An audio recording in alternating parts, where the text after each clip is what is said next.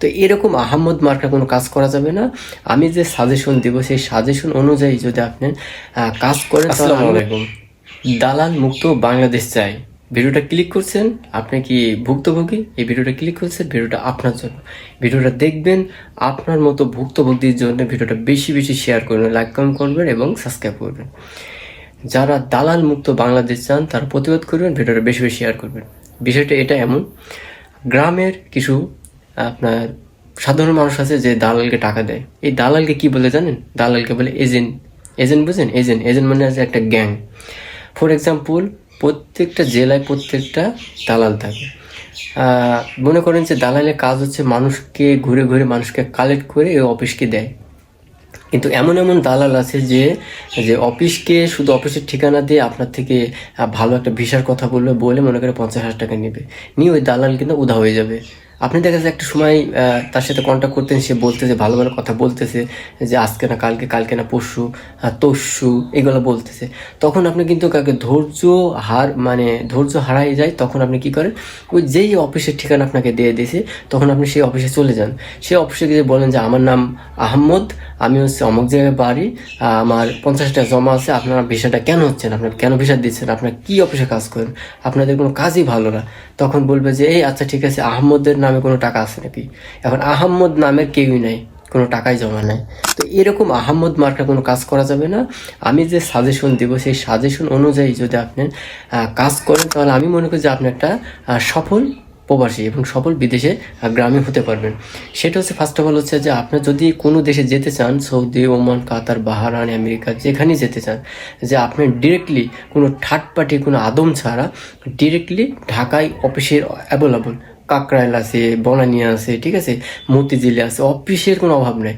সেই অফিসে যান, ট্রাস্টেড একটা অফিসে যান, সরকার অনুমোদিত অফিসে যান, বিভিন্ন অফিস আছে, সে অফিসে গিয়ে অফিসের সাথে ডিরেক্টলি কথা বলে সে অফিসের মাধ্যমে আপনারা বিদেশে যান।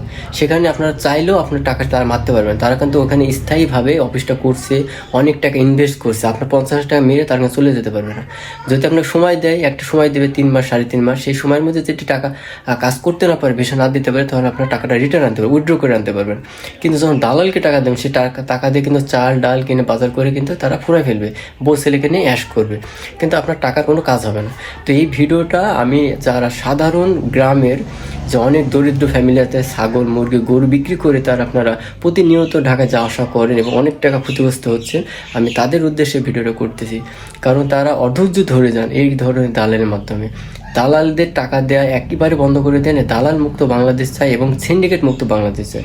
যেসব সিন্ডিকেট হচ্ছে অতিরিক্ত টাকা নেয়, অতিরিক্ত টাকা নিয়ে আমাদের বাংলাদেশের রক্ত চুষে খায়। কিন্তু এই প্রবাসী, এই রেমিটেন্স যোদ্ধার টাকা দিয়েই কিন্তু এই দেশের অর্থনীতির চাকা ঘুরে।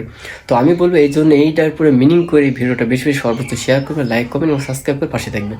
এই চ্যানেলে আপনার সর্বদা সঠিক তথ্য দেওয়ার আমি চেষ্টা করি, সর্বদা। তো এই জন্য আমি যেটা বললাম সেই মোতাবেক যেতে চলেন, আমি মনে করি যে কখনও আপনি প্রতারিত হবেন না, কখনো আপনার টাকা বিফলে যাবে না। আপনার কখনো থার্ড পার্টি কোনো দালালকে টাকা দেবেন না, ডিরেক্টলি অফিসের মাধ্যমে যান, অফিসকে টাকা দেন, তাহলে আপনারা লাভবান হবেন। কারণ থার্ড পার্টির লোককে টাকা দেওয়া মানে আপনার ক্ষতির অন্তর্ভুক্ত।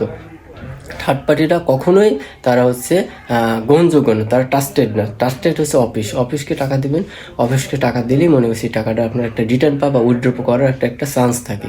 তো আমি এই কারেন্টলি এই ইনফরমেশনটা দেওয়ার জন্য বিগত অনেক দিন ধরেই আমি টেনশনে ছিলাম যে দেবো, যে আমাদের অনেকে আছে এরকম ক্ষতিগ্রস্ত হয়, তাই আমি এই ভিডিওটা তৈরি করলাম। তো গাইস, যাই হোক, এই ভিডিওটা আপনি সর্বদা শেয়ার করবেন, সকলকে দেখার সুযোগ করে দেবেন এবং পাশেই থাকবেন এবং লাইক, কমেন্ট, সাবস্ক্রাইব করবেন। সবাই ভালো থাকবেন। আসসালামু আলাইকুম।